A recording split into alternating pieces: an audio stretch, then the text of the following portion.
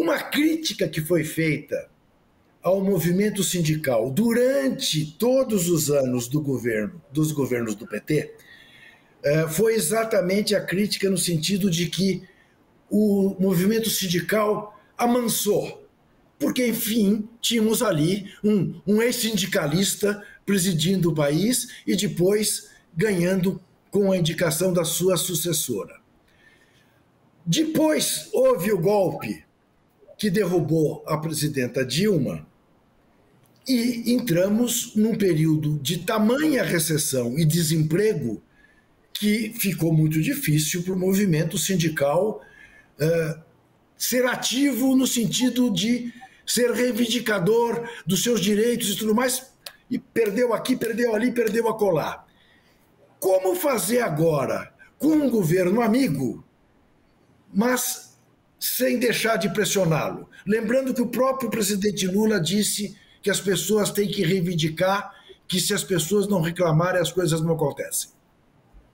Ô, Juca, essa é uma pergunta muito interessante, porque você sabe que eu fui presidente do Sindicato dos Metalúrgicos do ABC, né? O mesmo do Claro. presidente.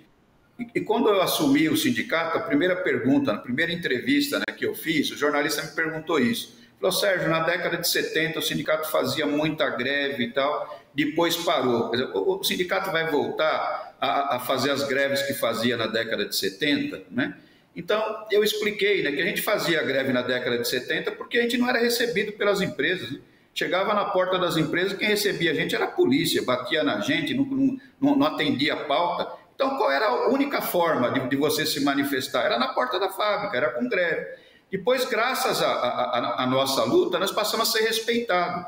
Então, hoje você chega nas empresas da minha categoria, que é os metalúrgicos, a empresa te recebe, né? Você senta na mesa de negociação, você apresenta a tua pauta, e a mesa de negociação é um espaço de luta também, porque você tem do outro lado da mesa o empresário, né, que não quer te ceder nada, e do outro lado nós que queremos reivindicar, melhorar o salário, os direitos. Então a mesa de negociação ele é um espaço de disputa, Juca, as pessoas não percebem.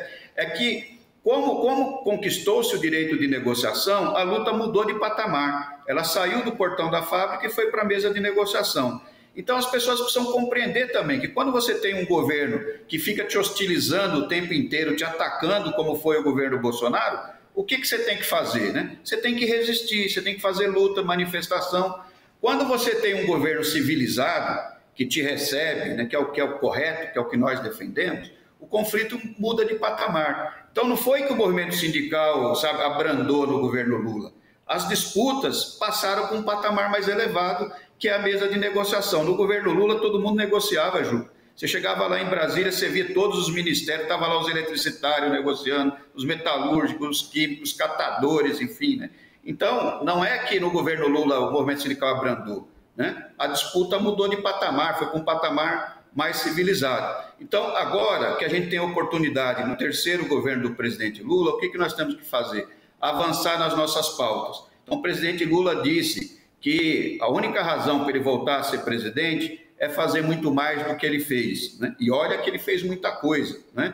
Então, o país tem tudo por fazer, foi destruído nesses últimos 6 anos, e nós temos que apresentar, né, as nossas demandas, como eu falei, através das demandas sociais, da superação da pobreza do país, nós vamos fazer o país voltar a crescer. E a oportunidade está colocada, né? O presidente abriu para o movimento sindical e para o movimento social apresentar as suas demandas e trilhar no caminho de recuperar o Brasil.